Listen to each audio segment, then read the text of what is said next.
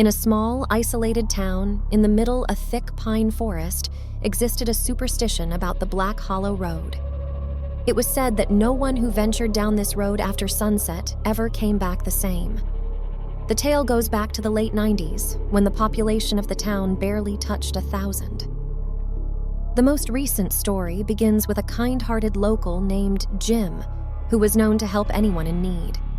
One foggy evening, as Jim was driving back home from work, he saw a young lady hitchhiking on Black Hollow Road.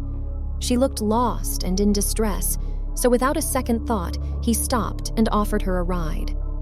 As Jim pulled over to offer help, he started noticing that her clothes were wet. She was shivering and really pale. "Hi, are you okay?" Jim said. "It's getting dark outside. Do you need a ride home?" Jim's question lingered in the air. She looked confused and shivering. At this point, Jim realizes that she might be in shock and might be freezing. That's when he stopped the car, got out, got the extra jacket he carried with him all the time, and covered her with it. She didn't look up at him, but he could hear a really quiet, "Thank you." She slowly moved towards the open door in the car. Usually, Jim would have the hitchhikers to go in front with him for safety reasons, but the front seat was full of his work tools and clothes. As Jim closed the door and walked to the driver's seat, he thought to himself, "Poor lady, she is all wet and walking along a road where not a lot of people drive." Once in the car, Jim asked, "Where are you headed, ma'am?" Jim looked in the mirror and saw that she was shivering still.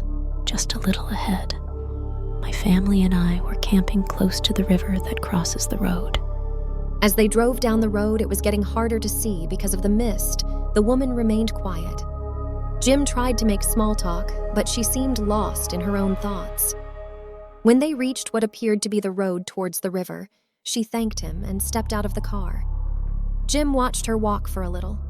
Concerned for her well-being, he decided to follow her.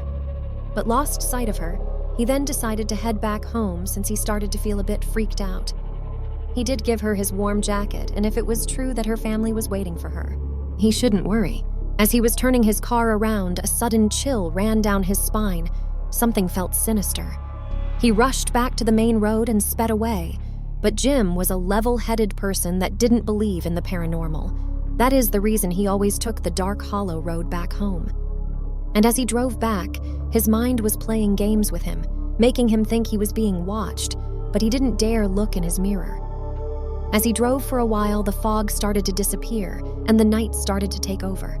That's when Jim got the courage and looked in the mirror. There was nothing behind him, just the road he was leaving behind. Jim laughed to himself for being so scared for no reason. But in the back of his mind, he still felt bad for leaving the woman to walk on that road by herself. The next morning, curiosity got the better of him, and he decided to drive to the river on his way back from work. As he started to drive down the road, the sun was getting ready to set. He didn't count that he would have to stay overtime at work. This time, he decided to start recording himself, talking about what happened to him the previous day and why he was driving towards the river.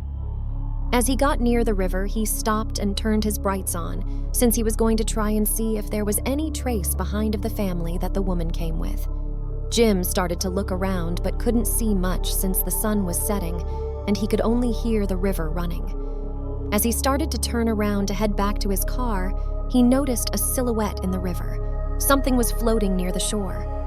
As he got close, he felt a similar feeling. He felt that something or someone was watching him. As he got closer to the river, he realized the silhouette he saw was his jacket. It was in the water right by the shore. At first, he was just upset that his jacket was just thrown into the water. But as he picked up the jacket from the water, a face was staring right back at him from under the water. Jim froze. A chill ran behind his back and couldn't move. He was just staring at what looked like a child's face looking at him.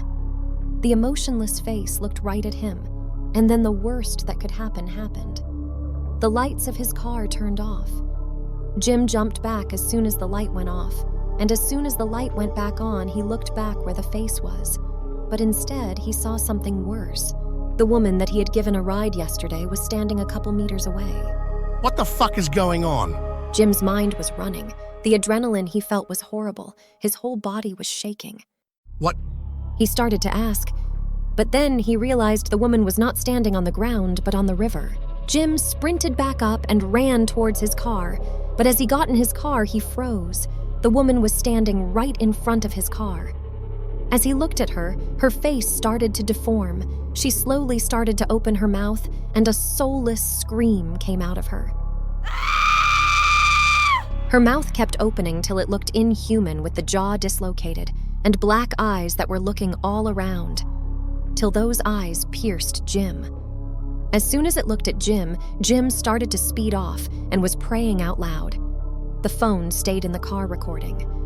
As Jim sped away to get back on the road, the screams were becoming quieter and quieter. As Jim started to compose himself and go over everything that he saw, trying to make sense of it. And as he hit the main road, his nerves were slowly going down. The phone was recording towards the back seat, but at this time it was already dark, so it couldn't see much. And as Jim stopped praying and started crying, Mama. A child's voice came from the back seat. His blood ran cold. Mama, where is Dad? Every time it spoke, Jim refused to look back and would just accelerate. Why did he hit us? Jim couldn't take any more. His heart felt as if it wanted to run from his body. He said we would play ball by the river. But why did... Jim was crying, the tears making it harder and harder to see the road. You are not Dad. Jim froze. He couldn't look at the mirror, but he could look at his phone. And took his eyes off the road and looked at the phone. He just saw darkness.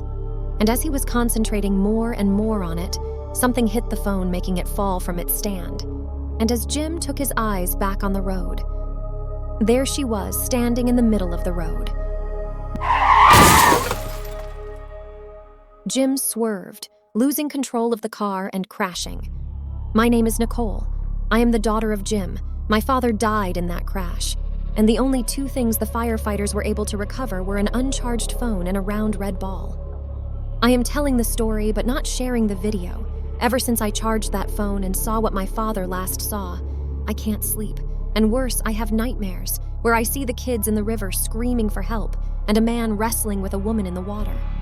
And worse yet, today, as I came back from the cemetery, I heard a child's voice. Do you want to play?